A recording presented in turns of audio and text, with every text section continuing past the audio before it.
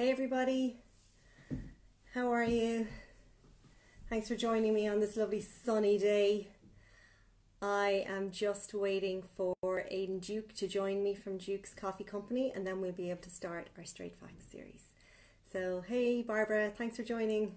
How are you? We're just waiting for Aidan Duke to join us. There you are. Hey Aidan, send us an L request there and I'll be able to accept you.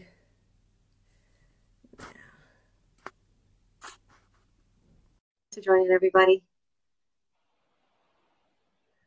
We're just waiting for him to come on now. Hey. Hey Madeline, how's it going? Great, how are you? I'm tired. I'd say you are. I really appreciate you joining me because I know you're back to work this week, so it's absolutely chaos, I've no doubt. Yeah, literally. So you're actually going to hear the coffee shop noises downstairs because it is actually quite busy, so apologies for that. Well, I'm glad to hear it. That's brilliant news. Yeah. No, come here, what I thought I'd do, why don't I just say to people why we're here, just so we set the scene, and then we can get into our chat. Does that make sense? Absolutely, no worries. Yeah, okay, cool. So Straight Facts is a series that we designed where we invite industry experts like yourself to come on and help educate and build awareness with our audience around what's happening at the coalface, what's happening in your sector right now. And I thought it would be interesting to talk to you because I don't know if you remember, but about 14 months ago, you were one of the first organisations I spoke to about a piece I was writing called Worthwhile Resolutions for 2019. I remember it well, yeah. Yeah, okay. And what struck me about Duke's Coffee Company was you were just hardwired for sustainability. Like, you were one of the few organisations of your size that had a sustainability policy. You were affording your staff the opportunity to learn how to sort waste properly so you could reduce and eliminate contamination. You'd really articulated concerns around how your waste was being processed. And absolutely. You were getting your head around your packaging. And that was all to prep for 2019. Now, your sector now, the restaurant sector, the restaurant industry, is really struggling. And what I thought would be good is if you could just tell us, introduce yourself, Duke's Coffee Company, and tell me, from the beginning, how has it been for the last few months? Okay. So from the Duke's Coffee Company, we have 2 cafes and we have an outside catering business. And, we had huge volume. We did a lot of business because where we were placed, we had a very busy shop out in Citygate and Mahon, and then this one in the centre of town. So we could afford to look at sustainable initiatives to keep our business kind of growing and going forward. I had an appetite for it. The staff had an appetite for it. The customers had an appetite for it. So that's where that sustainability kind of side came from. And then speaking to yourself, I mean, at that point we were in a really, really good place, as most professional food and bev businesses were. And then, you fast forward to what happened to us 2.5, 3 months ago, and it is just, it's so overwhelming, Madeline. It's really strange. I mean, I'm literally, today is a kind of a strange day for you to talk to me because I haven't worked in this store, it being kind of so quiet since we opened here like 16 years ago. Yeah. So it's really strange meeting a kind of a trickle of people, and I'm making coffee myself and I'm meeting customers myself. And the big struggle with all of this is I am hospitality, and when people come into my coffee shops, or, your reaction is to the Cade me to fall to you. How are you doing? And now we're just looking at perspex, and it's all very strange, Yeah. Do you feel like the intimacy Duke's Coffee Company strikes me, part of its success is how you mind and care for your customers, and that intimacy, how do you regenerate that now with these new constructs, these new arrangements? Well, you know what you do?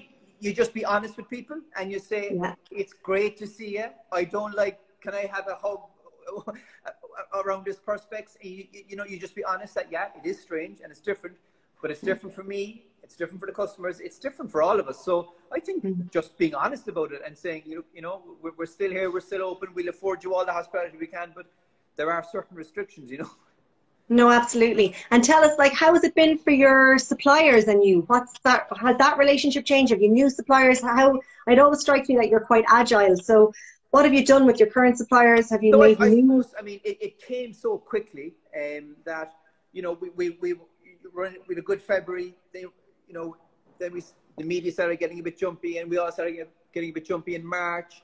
I mean, everything was like there wasn't a slow decline. It was just, it just stopped. So Yeah, I still enjoy all the good relations I have with my suppliers. Now it's tricky because cash flow for everyone. I mean, initially, like the government and like everyone, 3 months ago or 2.5 months ago, whenever it was, we all thought that this was a shorter term thing, as in 3 months. yeah, But as the weeks go on, we all know it's years now that we're looking at this. So, you know, we're going to be around. The suppliers are going to be around. We just have to work out a way how to, you know, navigate this and negotiate. You yeah. know, so I mean, the suppliers are still there. Everybody's doing less business. But the supply is still there, and you know, I still have a good relationship with 95% of them, you know, so it's good. Yeah, excellent. Tell me about tell me about your opinion on the 2 meter rule and how, like, Dukes, you actually have quite a bit of space. You got rid of your couches, I saw. Yeah, I mean, again, but the cafe that I'm in now, it's, you know, it's 1,800 square feet of space, so you know, we can get some people in, but it will really affect the profitability and the margins. Yeah, I mean, you asked me how I feel about it, and this is honest facts, so I'm going to be honest with you. I mean, but I don't see why Ireland has to go rogue on this. I mean, the WHO recommended 1 meter, or the food and beverage professionals all over Europe are doing 1 meter. I'm aware that we're in a much healthier place with numbers and that way here, but really, you know, if this is going to be around us, I mean, you know, first of all, 2 meters is going to close. You know, the Restaurant Association of Ireland are predicting, you know, based on surveys, that 90% of their businesses won't be viable. And I would believe that. yeah, So why not look at it a different way? Why don't we, you know, a meter and a half is doable, you know, but be clever about it. And let's take personal responsibility. I mean, you know, very strange this morning. I took my own temperature, and Lucy took her temperature, and you know, if it was high, we weren't going to get on with work. And I think customers should have the same. You know, if you're feeling poorly, or you're you know, perhaps don't go into a busy pub or restaurant or coffee shop. You know. yeah. I know exactly what you're saying. Did you see there's a petition out for Simon Harris to reduce 2 meters to 1 meter? I signed it. Yeah. You signed it, yeah. I was Yeah. thinking. And what? Tell me about outside dining on your lane. What's Well, progressed with that for you? well, we're lucky. I mean, in the Huguenot Quarter here, the Huguenot Quarter always enjoyed kind of alfresco dining. You know, that's Yeah, why we kind of came here back in the day, because, you know, the planning strategy of Cork City Council back in the day was this was going to be a casual eating hub. So, I mean, right now, I mean, it's lovely that there's customers drinking coffee and eating sandwiches right outside the shop here, and it's snaking all the way around the Huguenot Quarter. Now, it's a nice day today, and you know, the Irish weather is famous for being a bit yeah, temperamental. But I mean, today it's been our savior, outside seating. You yeah, know, now, Madeline, we pay for it. I mean, yeah. we pay for we pay to the closest square meter, and it's not cheap. And now there's rumors. I mean, then you have to pay public and employers' insurance liability on that space that you share with the Cork City Council. But that's going to get contentious now, because you know, the you know, where would you pick up COVID is going to raise its ugly head, you know. Yeah. So again, the insurance companies will have to be realistic with this one, you know, and because ultimately they will drive the success of this or not. And I see in other parts of the city that aren't pedestrianised, there's a big drive to pedestrianise those streets. You know, Clare Nash and the guys over in Prince Street and fair dues to them. But you know, this is a time where we really have to start thinking in different avenues. You know, because this industry is too big to fail. Yeah. You know, We rely on it too much. We rely on it too much. yeah, I mean, not just financially, but it's what we like to do. It's tertiary, yes, but you know, when you go to work, you know, and then you have your off time. You want to have exercise. But you want to visit food and beverage outlets. You know, it's something that we as humans like to do. And in Ireland, we've really progressed that for the last couple of years. So we're going to have to work around it. I read in PricewaterhouseCooper report during the week that nearly 8 billion and 180,000 jobs are afforded in hospitality, which is it's mind-boggling, Madeline. You know. And what would really work then, just from a sustainability perspective, just what you're describing there, it's where your organisations that you're members of and urban planning organisations and city council must come together and collaborate. Like, collaborative leadership is where you'll get regeneration of a new urban design that is fit for purpose, that everyone can live with and enjoy. Absolutely, and we all have a vested interest in it. Everyone, even the company. You know what I mean? So yeah, solutions have to be found. You know. Yeah, no, totally. I was literally looking up this. I was up this lane yesterday, looking around French Church Street and Carey's Lane, and you know, a simple thing like just putting canvas sails down the, you know, just really simple stuff that would be funky and would, you know, allow business to trade, you know, a bit more than they can now, Madeline, you know. Yeah, no, absolutely. And tell me, just we mentioned them there, let's touch on them more, about external supports. Tell me what your opinion is on government supports, on the associations that you're members of. What are you seeing coming down the pipeline, and what would you like more of? So I'll break it up. So locally, we are really lucky with the local enterprise board. Yeah. They have been, again, I just read an article about some counties are kind of not as well placed than Cork is, but I can't recommend them enough. I mean, Paul McGurk and all his crew in Leo have been fantastic. Really clever webinars, the community support vouchers, the marketing vouchers. And they're working really hard. So they've been fantastic. The RAI have been really, really good. I mean, Aidan Cummins has been fantastic, and he's a realist. You know, he really. You know, he's the kind of guy you'd want on this because he's honest. It is what it is with him. You know what I mean? But he's been fantastic speaking to the government. But then, you know, you look. I mean, the government initially were fantastic. You know, with the COVID payment and the WSS and all the other things. But now we're beginning to see, you know, that, you know, like, government are well placed to liaise with insurance and banks, and because what we want as an industry is a break. For the most part, loans won't cut it because we already have loans. You know, businesses. Yeah. You know, yeah. you know, I know. You know what we need is space, and the government can do that. They can instruct these bailout banks to, you know, give them a chance, let them catch their breath, trade a bit, and we can trade out of it. I mean, if we traded through the last crash, I think this is possible as well. How does it compare? How does it feel different to the recession? Getting over the recession, how is it different? Well, personally, I was exposed more in the crash. I suppose during the crash, it was easier on your mental health and actually getting through it because you were going to work every day. Yeah. You know, yeah. and you were. Yes, it was tough, but the fact that you were actually working and there was some cash flow coming in that you could be proactive with your business. With this one, you know, literally there was zero cash coming in the door for 8 weeks, 10 weeks. Yeah, just straight away. Which is terrifying, you know. And the fixed costs, they keep coming, you know, and it's really difficult. It was you know, I found it really challenging myself, to be honest with you. So that was the main difference, you know, and yeah, it was tough.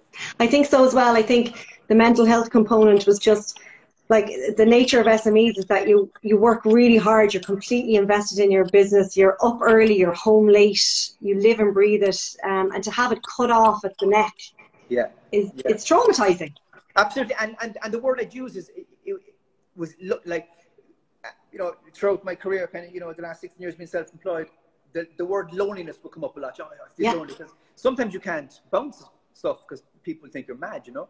So it's good to have kind of friends in the sector that you can pick up the phone and they'll kind of feel your pain. No, I don't want to paint a picture that SME and small business owners have it really, really bad and all that. But it can be a lonely place. So it's great to have a network of support that you can ring up, that you can hear, you know, a guy crying, or you can hear fellas roaring in frustration, going, what's going on here? You know what I mean? And that's healthy. And as humans, we have to reach out and open up those channels, you know. So pick up the phone. And tell me about your fellow tradesmen in Cork then.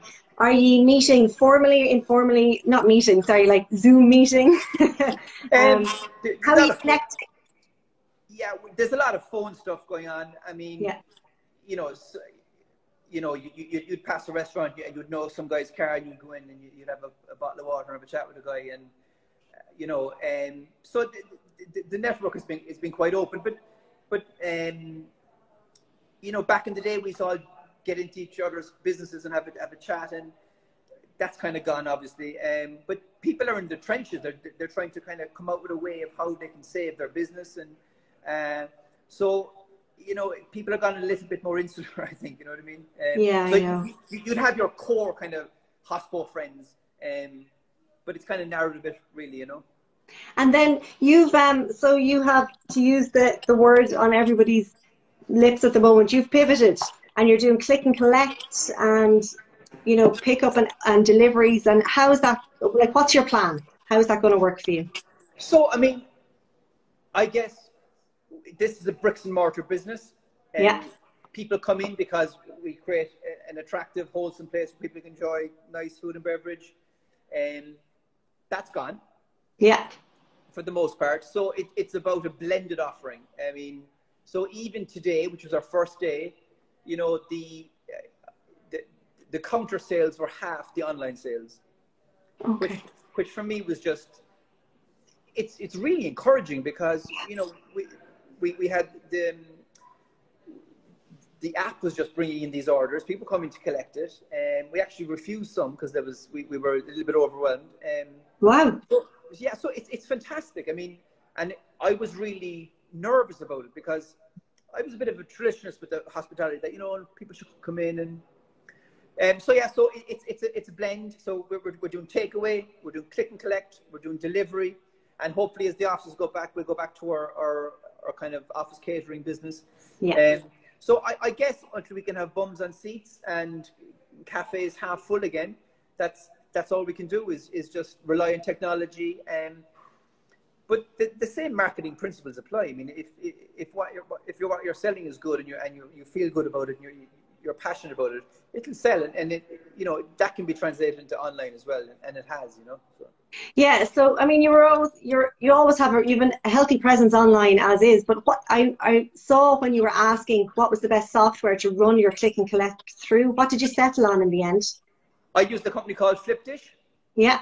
I mean, my background is design and websites and that kind of thing. So, I mean, I had time at home to actually build something. And I said, you know what, there's far more elegant solutions out there that are built for purpose. Now, they're expensive, but they've got a business too. And it worked. It worked for us. Yeah. Yeah, no, it's perfect. I had a look at it. It looks great. Yeah. It's elegant and it's slick, and it does exactly what you want to do. And it's easily updatable. It's maintainable. It's transferable. It's slick. It's good. And did you get the voucher for that to help build that into your website? You know, the Leo voucher, or what grants have you personally availed of then? Well, at the moment, I got the Leo one for my accountant and finance. I was going to go for that online one, but now that I've just told the whole world that I built it myself, I probably can't. Madeline. We'll edit that bit in. But we turned it into marketing when I'm joking. Of course you will. Yeah, it's perfect. And that's valid on it. And what about the business continuity one, the $2,500? That was to get expert advice, was it? Yeah. Yeah. I didn't avail that. No, I didn't. I did through the finance arm of that. Yeah, I did. Yeah, good. So the next one is what they've announced with this a linking of your rates to a grant system, which is they're opening up on Friday, I think. That's all good, but it's you know, as I said initially, it's welcome and it's great, but it's not really, it's not enough, you know. I mean, other sectors in our society get a lot of help from governments, you know, and I think now is the time that we, you know, I spoke about the numbers earlier on with you, and it's a big business. It's a sustainable business. There's loads of employment in it, and you know, all we want is a bit of help here, you know, and you know, it won't cost the government much money to do this. This is just about a willingness, you know, to stakeholders to say, time can fix this. So allow time, and that's what. So what sort of time frame? When you ask for time, what kind of time frame do you need? Not 9-12 months. Yeah. 9-12 months, which isn't huge when you look back at the banking bailouts in this country. And I think if that happens, you can breathe, you can gather cash again, and you can go again, and you have time to redevelop and you know, eke out a way of how this business can be sustainable again, you know. Yeah, no, absolutely. It makes a lot of sense. Yeah. Tell me, we always ask our contributors for 3 hints or tips or solid bits of advice that have worked for you, and they can be highly personal, just things that Duke's Coffee Company have applied that have kept you sane, kept you on a level. What would your first one be? Well, to be honest, I had great mantras in the past, but the whole world has changed at the moment. You know? Yeah, true. No, true. But look, I suppose, you know, I've always surrounded myself with kind of solid, positive, can-do people. Yeah. That's always worked out. When I hear no, you know, I always look for a second opinion or an alternative. Yeah. I always have, you know, I just don't accept that word no. And the third one is just to be super honest with your team and yourself, you know, and have your goals. They should be achievable. You know, you can't be too much of a dreamer, you know. I mean, you can control a lot, but you can't control everything. So just be realistic about your business, you know. Yeah, and I think just on that note that you say about having your goals, if you can have a goal, and if you have a decent path to get you to that goal, it'll work. You know, goals need to be attainable, and they need to be tangible for staff. Absolutely. As well as yeah. the owner. Yeah, like you need to be able to give that green tick, you know. Yes, done it. Move on. You know what I mean? Yeah, absolutely. Yeah. And how are your staff? How many of you in today now? There's just myself and 2. I mean, you know, I had 22 staff in the business 8 weeks ago, 10 weeks ago, and I mean that was the hardest thing I ever did, was have to sign all those forms. Yeah. You know? I mean, it was literally it was horrific. It took me a week to get over, to be honest. Yeah, no. And the speed of it. I mean, I imagine you. I mean, we all. But in business, this was changing every 6 hours. You know, will we do this? Won't we do this? You know, and when it came, it was just like an avalanche. You know. But look, we'll get back there. Hopefully, we'll get back 75% of those jobs. Hopefully, by the end of the summer. But people need to go back to work. People need to be careful. You know, we need to take on all the advice that the HSE are sharing with us, and above all, we need to have a bit of cop on about it. You know, I mean, and that's government as well. That, you know, some things we can do, putting a 2-meter limit inside in the food and bev business, especially in the kitchen. Yeah, you know, kitchens unsustainable. You can't do it. Now you can do it safely. There's ways around it. You know. But having these blanket rules, it'll be very damaging if they're not lifted. Very damaging. Yeah, and I think just back to your most important point in my mind is the level of support required to keep this industry afloat can't be underestimated. Absolutely. Yeah. That would make a lot of sense. Well, come here, Aidan. Thanks so much for talking to me. And it's a mad week for you, but I'm glad you gave me a bit of time. Sure, look, it's mad for everyone, and it's good to have an old chat about these things, you know. So. Yeah, no, absolutely. Yeah. And keep running. You run as well. That can't be bad for the mental health. Absolutely. Yeah, that's been the saviour, you know. Yeah, always. And now that we can get over the Sandy Cove again, we'll do a couple of laps over there. Do a couple of laps. Yeah, get your head in the cold water. That'll definitely help too. Take care, and I hope this week pans out well. Pace yourself and mind yourself. Cheers. Thanks, Madeline. Yeah, thanks a million. Bye.